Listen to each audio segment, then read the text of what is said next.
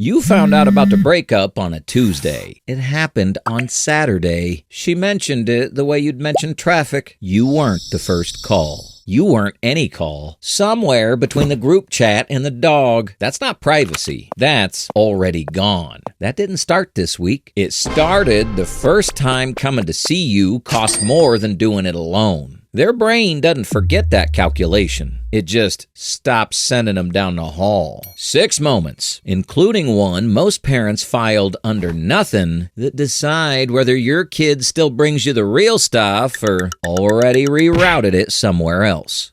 1. The experiment they were running. Every kid's running one question in the background. Is this person worth running to? They're running this experiment before they can talk. A toddler falls and does the same thing. Completely still, watching your face, deciding whether to cry based entirely on your reaction. Tiny scientist, very harsh review system. 6 years old, something scared them in the night, and they walked down the hall instead of going back to sleep. That's the experiment. It runs across every age, every size of problem. They want to know one thing, not whether you'll fix it, whether you'll stop. Whether for 30 seconds, nothing else existed in your world except them and what was wrong. Most of the time, that's not what they get. Most of the time, they get a parent who loves them completely and is also half listening. Finishing a thought? Already 3 steps into solving before they heard the thing. Their brain files it, not as abandonment, nothing that dramatic, just this source runs cold, adjust accordingly. The need doesn't disappear. It just goes somewhere else. Next time something hurts, they go somewhere else first. Or nowhere. They handle it themselves. And here's what the rerouting looks like when it's happening. 2. The response that confirmed it.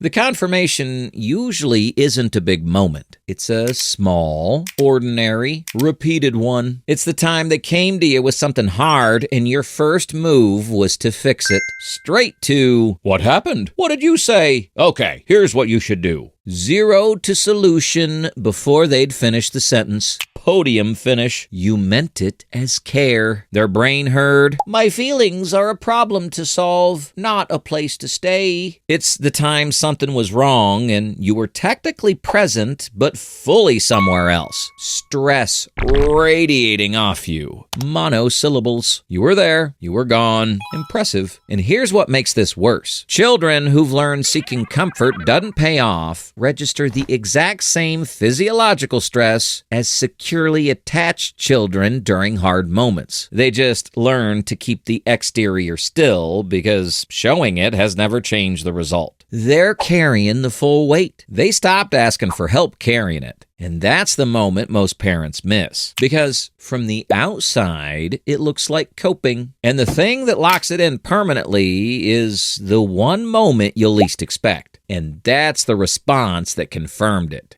3. The prize for handling it.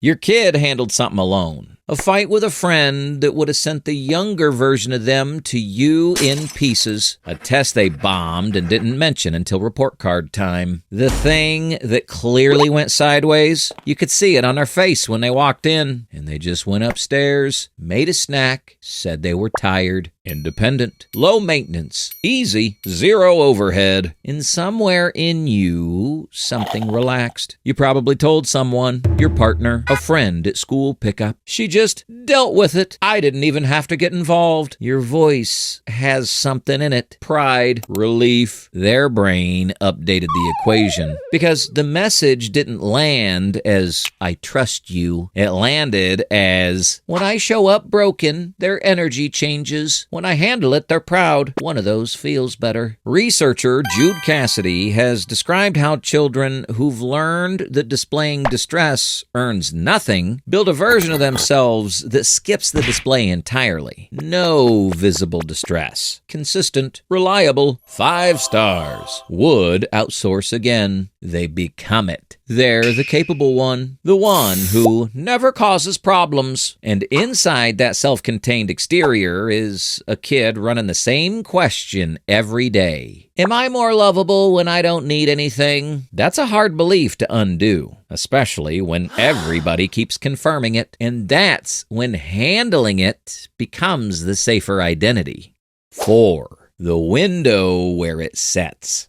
This is the age most parents assume the distance is just normal development, and sometimes it is. But this is also when the conclusion they've been quietly drawing becomes the person they become.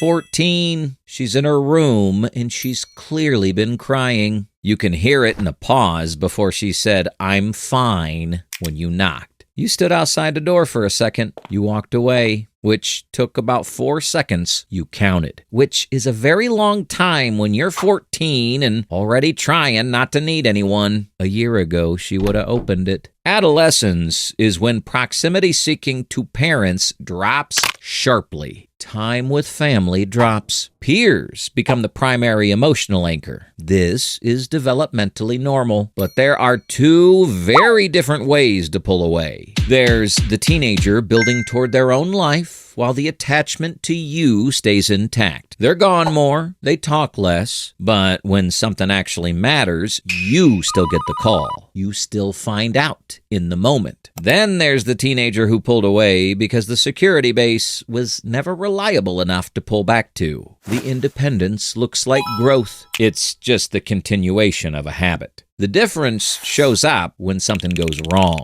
One of them texts you from the parking lot shaken. The other drives home, makes dinner, says, "I'm tired." And you find out about the thing 2 weeks later in a conversation about something else entirely. You thought they're just private. That's their personality. Sometimes that's true. Sometimes it's a conclusion they drew at 9. By then, it doesn't look like dependence lost. It looks like personality. 5. What departure looks like in the house.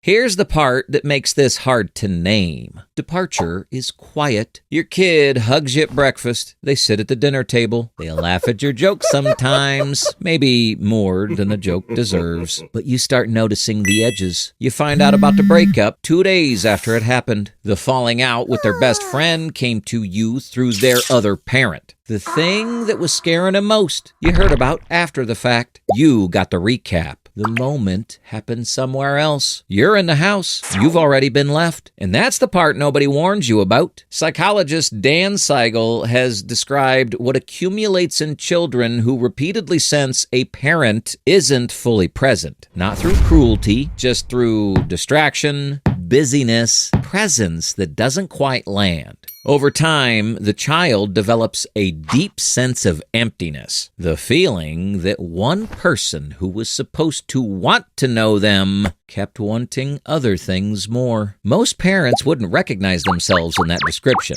They were there. They were loving. They were tired, distracted, running at full capacity, which, to be fair, is most parents. Nobody's out there raising kids on 8 hours in inner peace. Nobody did one huge evil thing. It was ordinary life, repeated enough times that it became a rule. 6. Who they become.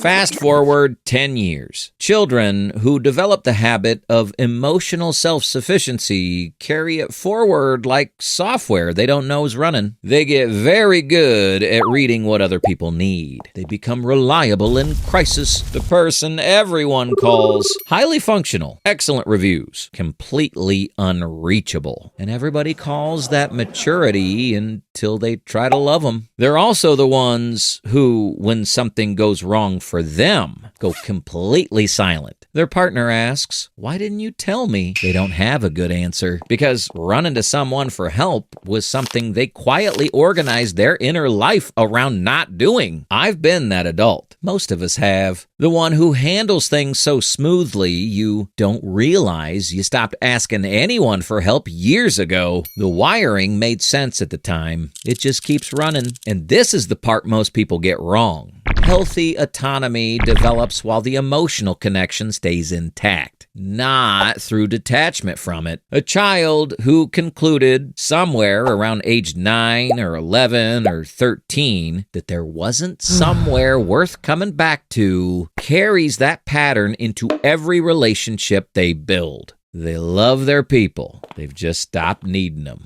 This is a changeable state. Their brain, however old it is still taking notes. 7. How to make yourself worth running to again.